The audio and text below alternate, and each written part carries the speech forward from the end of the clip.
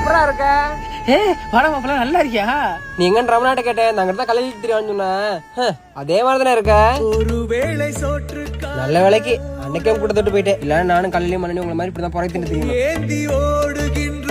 என்ன பாத்தியா, மாசம் 5000 சம்பாதிக்கிறேன். 8வது மாடியில ஏசி ரூம்ல வேலை. நீ என்னடா கல்யாணம் தெரியுற. சரி அடுத்த மாசம் கல்யாணம் வச்சிருக்கேன், வந்துரு. வரும்போது இப்பெல்லாம் வந்துடாத, ஏதாவது பேண்ட் எடுத்து மாட்டிட்டு வா. சொல்லுங்கண்ணா. வீட்டுல வச்சிருந்த 5000 காசை காணாம்பா. ஒரு 5000 தானே, ஒரு நாள் சம்பளம் தானே, தொலைஞ்சு போட்டு விடுனே. சரி பாக்குறேன். சரி சொல்லு மாப்பிள்ள. மாப்பிள்ள எங்கே ஓகே உன் பொண்டாட்டி தலையில வை. மாப்பிள்ள நீங்க போய் ஏசி ரூம்ல உங்க மேனேஜருக்கு புழுக்க வேலை பாப்பீங்க, இதெல்லாம் எதுக்கு தூக்குறீங்க? அவன் கிடக்குறான். ஏன் மாப்பிள்ள ஒரு நாளைக்கு 5000 சம்பளம் உனக்கு? அது எனக்கு இல்ல, என் மேஸ்திரிக்கு. என்ன சொல்லுவேன் என் உள்ளம் தாங்கல.